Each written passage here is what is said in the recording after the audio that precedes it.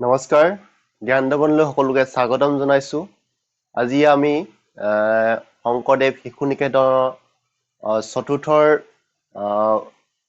শ্ৰেণী কিছে গণিত পাঠৰ আজি 4 নম্বৰ অধ্যায়ত থকা যিটো হৰণৰ যিটো পাঠ আছিলে তাৰ বিষয় লৈছো গতিকে সকলোৱে কিছে ভিডিঅটো শেষলৈকে চাবা এতিয়া আমি হৰণ বুলিলে আমি কি বুজিম তাৰ বিষয়ে আমি ধাৰণা লৈছো এতিয়া হৰণ যদি হয় তেনে আমি কি কৈছে যিকোনো এটাৰ গোটক কিছে যিকোনো এটা সংখ্যা বা যিকোনো এটাৰ বস্তুটাক কিছে সমানে ভাগ কৰা হলো তোমাৰ ওচৰত কিছে ধৰিলো তোমাৰ ওচৰত কিছে 20টা আম আছে 20টা আম আছে তেতে এই 20টা আমক তুমি কি কৈছা দুজন বন্ধুক ক আৰু খ দুজন বন্ধুক কিছে সমানে ভাগ কৰি দিব বিচাৰিছা এই সমানে যদি ভাগ কৰি বিচাৰো তেতিয়া তুমি কি কৰিবা ক বন্ধুক 10টা দিবা আৰু খ বন্ধুকো 10টা দিব লাগিব কিন্তু এই যিটো প্ৰক্ৰিয়া এই প্ৰক্ৰিয়াটো কি আমি কি বুলিছে হৰণ বুলি কওঁ যিটো কিছে সকলোকে মানে বস্তুটো কিছে কোনো এটা সংখ্যা গোটক সমান ভাগত মানে ভাগ কৰা সমান ভাগত কিছে গোট কৰাটোকে আমি কি বুলি কম হৰণ বুলি কম এতিয়া তোমালোকৰ এটাৰ পৰিস্থিতিৰ বিষয়ে দিয়া আছিলে তোমাৰ ক্লাছ 4 কিতাপখনত জুহিয়ে কি কৈছিলে ঘৰৰ ভিতৰৰ পৰা এটা ফুটাৰেদি কিছে বাহিৰলৈ চাইছিল আৰু বাহিৰলৈ চাওঁতে কি কৈছিলে গোহালিলে চাইছিল গোহালিলে চাওঁতে কিছে গোহালিত কিছে গৰুবোৰ দেখি পোৱা নাছিলে গৰু কিছে ঠেংবোৰহে দেখি পাইছিল আৰু জুহিয়ে কিছে মুঠ কিমানটা 24টা ঠেং দেখি পাইছিল 24টা কিছে গৰু ঠেং জুহিয়ে দেখি পাইছিল এতিয়া এই জুহিয়ে কি কৰিলে 24টা যে গৰু ঠেং দেখিলে গৰুকেইটা দেখা নাই অকল ঠেং কেইটাহে দেখিছিলে এতিয়া জুহিয়ে কেইটা গৰু আছে তেওঁ কি কৰিবলৈ হিচাপ কৰিব বিচাৰিলে কেইটা যে গোহালিত কেইটা গৰু আছে হিচাপ কৰিব বিচাৰিলে গতিকে জুহিয়ে কি হিচাপ কৰিলে চোৱা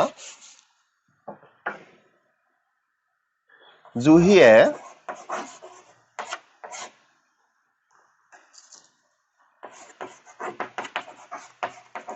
এনেধৰণে হিচাপ কৰিলে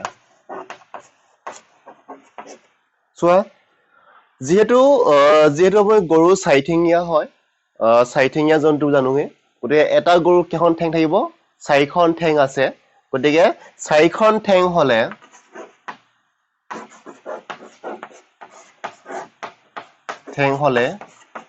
কেইটা হ'ব এটা গৰু যদি 4খন ঠেং হয় তেন্তে কি হ'ব এটা গৰু হ'ব তাৰপিছত 4 পিছত কি হ'ব 8খন যে ঠেং হয় 8খন ঠেং হলে কেইটা হ'ব দুটা গৰু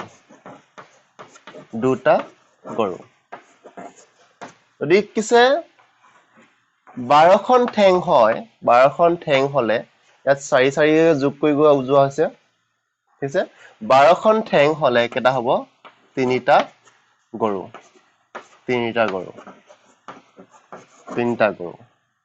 তাৰপিছত কিছে 16খন যদি 12 লগত 4 যোগ কৰিলো 16খন যদি ঠেং হয় তেন্তে ঠেং হলে 4টা গৰু 20খন যদি ঠেং হয় ঠেং হলে কেইটা হ'ব 5টা গৰু আৰু 24খন ঠেং হলে 6টা গৰু গতিকে গোহালিত কেইটা গৰু আছিলে 6টা গৰু আছিলে গতিকে কিছে গোহালিত 6টা গৰু আছিলে গতিকে গোহালিত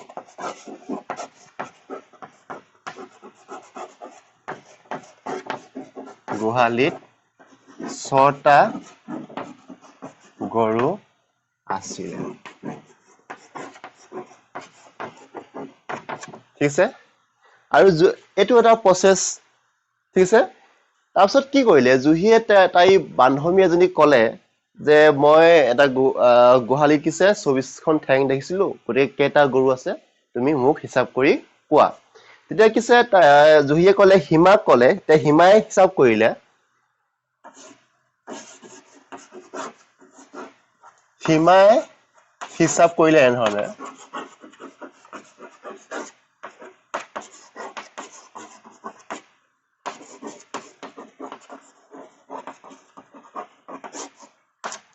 জুহিয়ে হিচাপ কৰি কেইটা পালে? 6টা গৰু পালে। আৰু এই কথাখিনি কি কৰিলে? হিমাক ক'লে। তাই হিমাই কি কৰিলে? গৰু হিচাপ কৰি কেইটা গৰু হয় হিচাপ কৰিব চেষ্টা কৰিলে। আজি তাৰপৰা কি কৰিলে? মোৰ যদি গৰু ঠেং আছিলে কিমান? 24টা। আৰু হিমাই জানে যে হিমাও এটা গৰু ঠেং 4খন ঠেং আছে, গতিকে তেওঁ কি কৰিলে? মোৰ 24টাৰ পৰা কি কৰিলে? 4খন ঠেং বিক কৰিলে। 4খন ঠেং বিক কৰি দিয়া মানে কি থাকিব? এটা 4খন ঠেং বিক কৰা মানে এটা গৰু। এটা গৰু। আৰু 4খন ঠেং বিক্ৰী কৰি দিয়া বিয়োগ কৰি দিয়া মানে কি হৈছে? তেওঁ থাকিলে 20খন ঠেং থাকিলে। তাৰ বুলি কেইটা দিছে? এটা গৰু আমি ইয়াৰ পৰা পালো। পুনৰ কিছে আকৌ 4 বিয়োগ কৰিলে। 4 বিয়োগ কৰিলে কেইটা গৰু হৈ যাব? 2টা গৰু হৈ যাব। বিয়োগ কৰি পালে কিমান? 16 পালে। ঠিক আছে। পুনৰ কিছে 16ৰ পৰা আকৌ 4খন ঠেং বিয়োগ কৰিলে কেইটা হ'ব? 3টা গৰু হ'ব। তেতিয়া পালে 12 পালে। 12ৰ পৰা পুনৰ 4খন বিয়োগ কৰিলে তেতিয়া পালে 8খন। ইয়াত হ'ল 4টা গৰু। 8খন ঠেং আছিলে, পুনৰ কি কৰিলে? আকৌ 4খন বিয়োগ কৰিলে। 4খন বিয়োগ কৰি দিয়াৰ লগে লগে কি হ'ল? 5টা গৰু হ'ল। 5টা গৰু। তাৰপিছত 8ৰ পৰা 4 গ'ল, থাকিল কিমান? 4। তাৰপিছত আকৌ 4 বিয়োগ কৰিলে।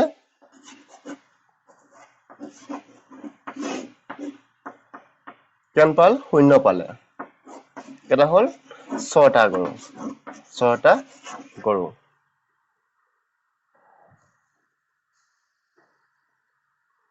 ঠিক আছে। হিমাই হিচাপটো এনেধৰণে কৰিলে। 24টা ঠেং আছিলে, 24টা ঠেঙৰ পৰা 4 ঠেং বিয়োগ কৰিলে মানে এটা গৰু। এটা গৰু পালো, আমি হিচাপটো পালো। থাকিলে কিমান? 20খন ঠেং। 20খন ঠেঙৰ পৰা 4খন ঠেং আকৌ বিয়োগ কৰিলে। তেতিয়া কেইটা হ'ল হিচাপ? 2টা গৰু হিচাপ থাকিলে। ঠিক আছে।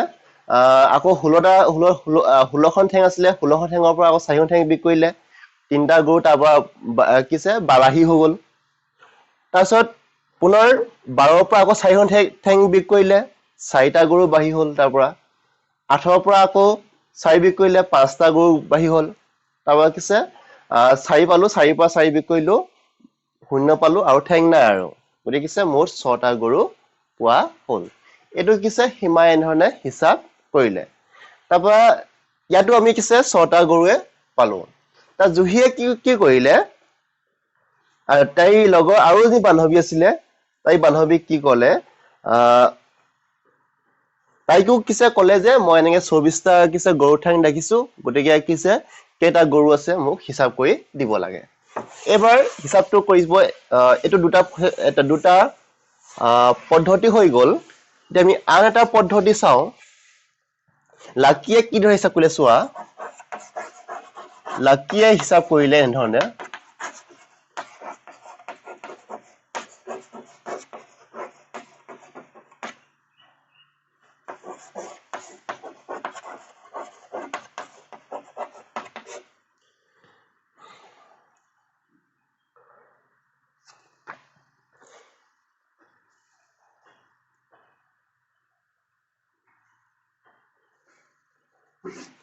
লাকিয়ে কি কৰিলে? যিহেতু কিছে এটা গৰু কিছে 4খন ঠেং হয়, গতিকে এটা গৰু যদি 4খন ঠেং, এটা গৰু কেইটা হ'ব? 4 হ'ব। গতিকে ইয়াত কেইটা হ'ব? এটা গৰু। এটা গৰু হ'ব। এটা গৰু যদি 4খন ঠেং হয়, তেন্তে কিছে এটা গৰু যদি 4খন ঠেং হয়, তেতিয়া 2টা গৰু ঠেং কেইখন হ'ব? 8খন হ'ব। 2টা গৰু। এটা গৰুৰ 4খন ঠেং হলে 3টা গৰুৰ ঠেং কিমান হ'ব? 12খন হ'ব তিনিটা গৰু যদি চাৰিটা এটা গৰু 4খন ঠেং হলে চাৰিটা গৰু ঠেং হ'ব আমাৰ 16টা গতিকে কি চাৰিটা গৰু পালে এটা গৰু 4খন ঠেং 5টা গৰু হ'ব 20টা ঠেং গতিকে কিমান পালো 5টা গৰু আৰু এটা গৰু 4খন ঠেং 6টা গৰু ঠেং কিমান হ'ব 24টা 24 টো পাই গলো আমি কেইটা হ'ব 6টা গৰু 6টা গৰু ঠিক আছে ইয়াতো আমি কি পালো লাকিয়ে যদি হিচাপ কৰিলে ইয়াতো আমি কিছে 6টা গৰুৱে হেখত গৈ পালুগে তাবা জুহিয়ে কিছে আৰু জনী বান্ধৱীক কলে বান্ধৱীয়ে ক'ত তাই হিচাপ কৰিলে এনেধৰণে চোৱা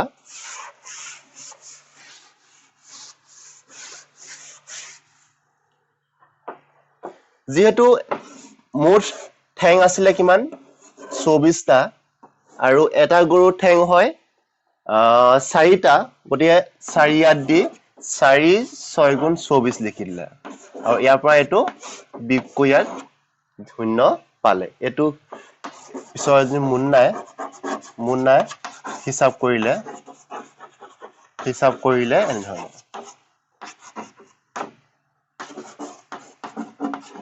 এনেধৰণে ঠিক আছে কি কৰিলে যেটো ঠেং আছিলে 24খন ঠেং আছিলে তাৰ পিছত যেটো এটা গৰু 4খন ঠেং হয় গতিকে তাত 4 দি নে কি কৰিলে 4 6 গুণ 24 পাতি এটো বিক কৰিলে শূন্য আৰু ঠেং আৰু নাই গতিকে কি হল গতিকে 4খন ঠেং থাকিলে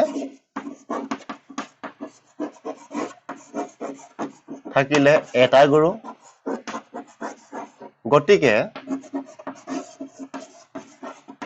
24খন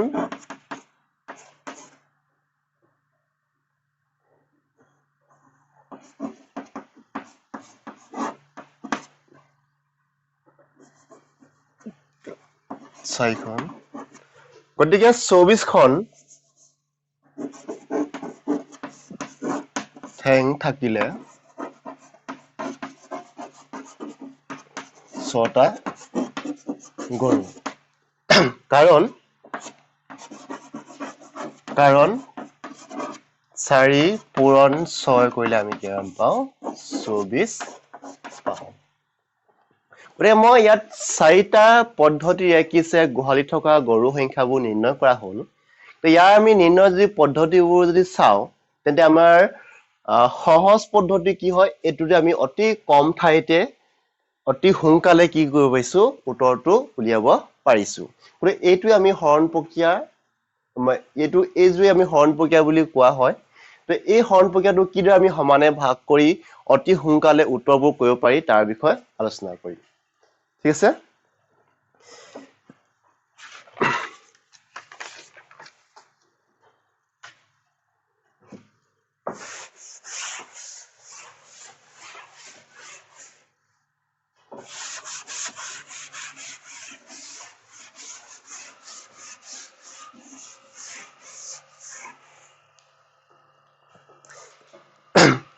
ইয়াত যদি চাওঁ আমি 24খন ঠেং পাইছিলো 24খন ঠেঙক কিহে হৰণ কৰিব লাগে 4য়ে হৰণ কৰিব লাগে গতিকে ইয়াত আমাৰ এইটো আমি কোৱা হয় ভাজ্য মানে যেটো আমি হৰণ কৰিম তো ইয়াৰ পদ্ধতি হ'ব মানে 24 হৰণ 4 এটো উলিয়াব লাগে ইয়াৰ সমান কিমান হ'ব আমি নিৰ্ণয় কৰিব লাগিব গতিকে 24 টো হ'ব ভাজ্য আৰু 4 টো আমাক কি বুলি কোৱা হয় ভাজক বুলি কোৱা হয় এটো হ'ল ভাজ্য এটো হ'ল ভাজক এতিয়া আমি ইয়াত 4 লগত কি পূৰণ কৰিলে 24 পাম বা 24ৰ ওচৰৰ মান পাম গতিকে আমি 4 ঘন্টা মাতিব লাগিব গতিকে 4 গুণ 4 দুগুণ 8 হয় 4 3 গুণ 12 4 গুণ 16 4 5 গুণ 20 আৰু 4 6 গুণ 24 গতিকে আমি 4 লগত 6 পূৰণ কৰিলে আমি কি পাইছো 24 পাইছো 6 পূৰণ কৰি 24 পাতিলো আৰু এইটো বা এইটো আমি বিয়োগ কৰিম আৰু বিয়োগ কৰিলে ইয়াৰ মানটো থাকিলে 0 গতিকে আমি 4 লগত কি পূৰণ কৰিলে 24 পাইছো 6 এই সংখ্যাটোক কোৱা হয় ভাগফল এইটো কোৱা হয় ভাগফল এইটো কোৱা হয় ভাগফল আৰু ইয়াত কি থাকিলে 0 থাকিলে আৰু 0টোক কোৱা হ'ব ভাগশেষ ভাগশেষ ঠিক আছে গতিকে আমি যিকোনো এটা সংখ্যাৰ 24ক যদি 4 হৰণ কৰি আমি কি পালো 6 পালো এইটোকে আমি উত্তৰ বুলি কোৱা হয় আৰু এই উত্তৰ আমি কিছে 24টোক কি বুলি কোৱা হয় ভাজ্য বুলি কোৱা হয় আৰু যিটো সংখ্যা আমি হেতু হৰণ কৰিব লগা আছে সেই সংখ্যাটো কিছে 4 হৰণ কৰিম 24ক গতিকে 4টোক কি বুলি কোৱা হয় ভাজক বুলি কোৱা হয় তো 4 লগত কি পূৰণ কৰিলে আমি 24 পাম 6 পূৰণ কৰিলে 24 পাম গতিকে 4 6 গুণ 24 গতিকে 6টোক কোৱা হয় ভাগফল বুলি কোৱা হয় আৰু 24ৰ পৰা 24 বিয়োগ কৰিলে কি পাম আমি 0 পাম গতিকে এইটো কোৱা হয় ভাগশেষ গতিকে এইদৰে আমি কিছে হৰণবোৰ কৰিব লাগিব